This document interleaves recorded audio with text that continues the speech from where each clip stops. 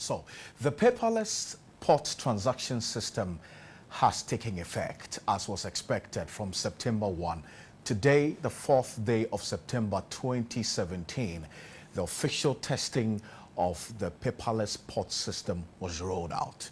There are a number of issues that greeted this particular rolling out of the paperless port system, but as we speak, that has actually taken place upon the directive by the Vice President, Dr. Mahmoud Bawumia, sometime in May this year. We're going to be analyzing this particular paperless system and the advantages it brings aboard, and also postulate the difficulties that were expressed by the stakeholders and the workers at the ports this evening here on Business Focus. On behalf of the rest of the team, I would welcome you. My name is Asiedu-Dartey.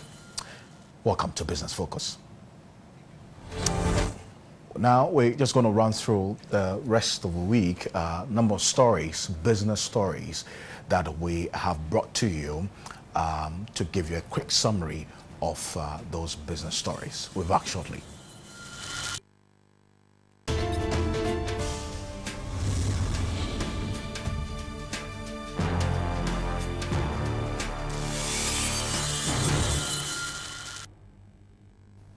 All right, so the paperless port transaction system has taken effect as was expected from September 1.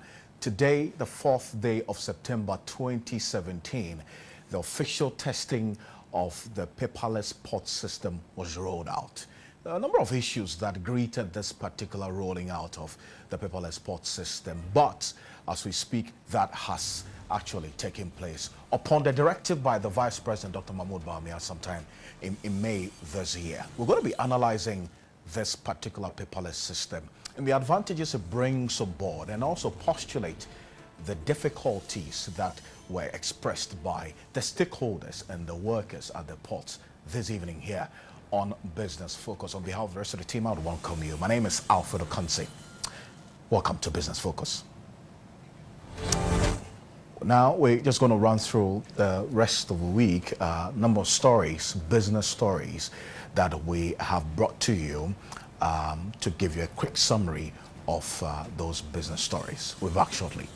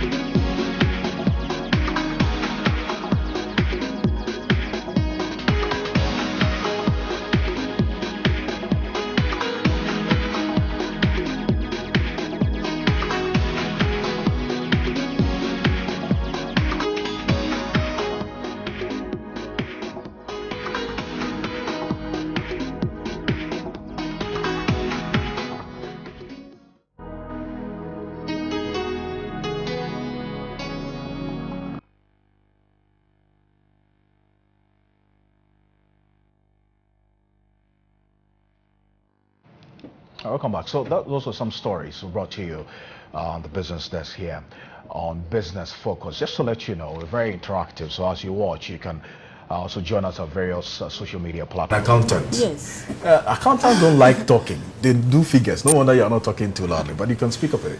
I'm basically an accountant. Okay. I have level 2 of the Institute of Chartered Accountancy program. I hold an MBA in Accounting and Finance. Lovely.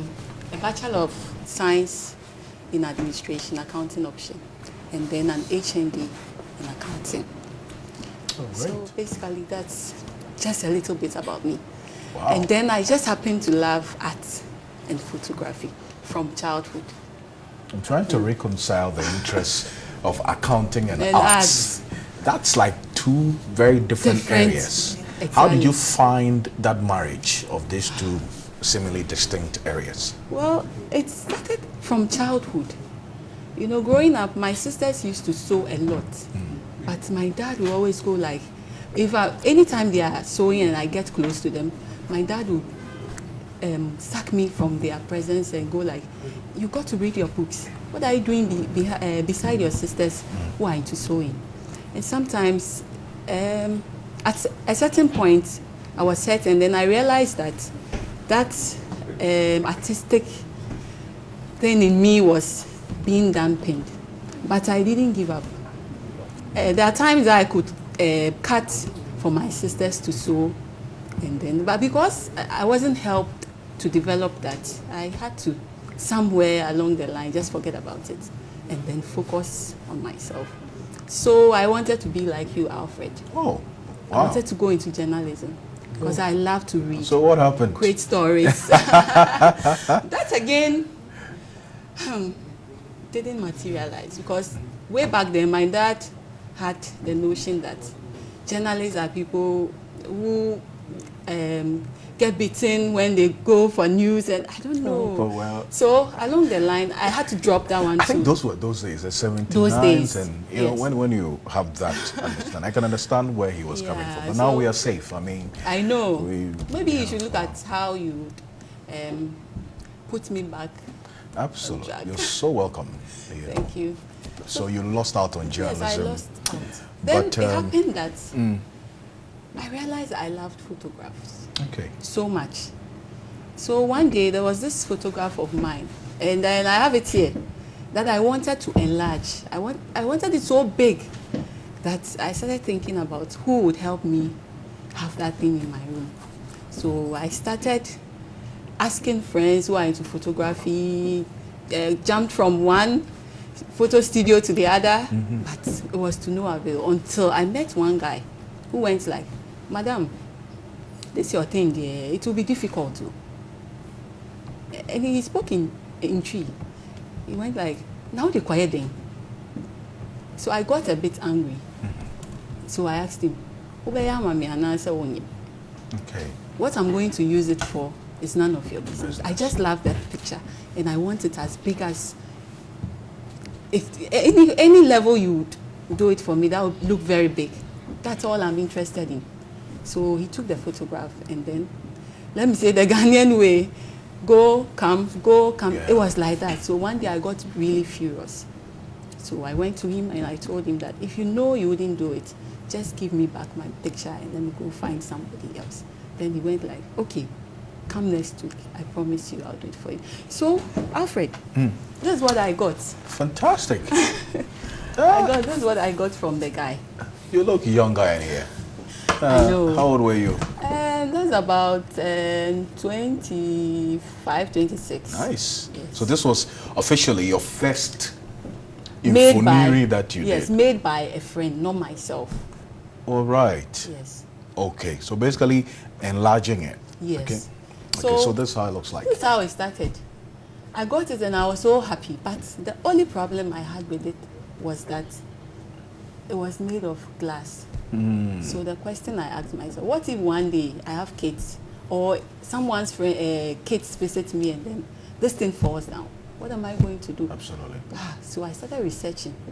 And because I love art, I knew about what canvas is. Okay. But how and where it's made, I hadn't come across one in Ghana. I know if you really want it, it has to be outside. I hear my producer saying, what exactly is canvas? And the Canvas only is- canvas we know is the shoe we wear. That's it. But what's That's the it. canvas really? Canvas is a piece of cloth that is used for marquees. I don't know if you know marquee. That canopy. Yeah. Yes, it's just basically a cloth that you can actually draw on. So you see what the artists draw on. It's canvas. It's cloth. In short, canvas is cloth. Okay. So that's how it started. I started researching and reading about it, but it was very difficult. So it happened that I got married and still having the desire to have my own thing done on canvas. I made my first canvas frame out of that.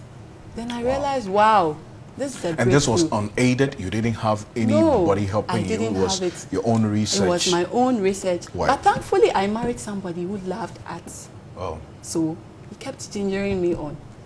This thing will work. That's an add-on to the passion that you had. He kept pushing me. Don't give up.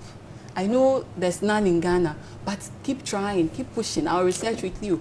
So I was just so happy having somebody like that. We researched together. Things that I didn't understand, we read and ask people who really have an in-depth knowledge of whatever you wanted to do. So from what you say, what I say is that you do a lot of self-learning and self-search for yourself. Exactly, for myself. You know, obviously complemented by your husband who was doing a good job. Now, how do we marry the passion for art and accounting as education? You see, because you speak to a lot of young people and people who are watching us now who had an education in an area where they are not passionate about. Okay, so eventually, just like you, they end up going into their area where they are passionate about. So you meet some people who are HR persons and they are doing beats, they are making beats. How do you marry the two so that somebody who's watching us can be able to manage the two situations when you're confronted? I think aside this photography thing, I also love what I do in accounting so much. And I must say I'm proud to be employed by one of Ghana's finest insurance companies where I'm practicing what I've learned as an accountant. So this being a hobby and something I do aside my accounting job, I don't know. I have passion for the two. For both of them? For both. I just have passion for both. And I don't know, I don't think I would leave one for the other. How do you balance the two situations? I mean, okay, so they don't conflict.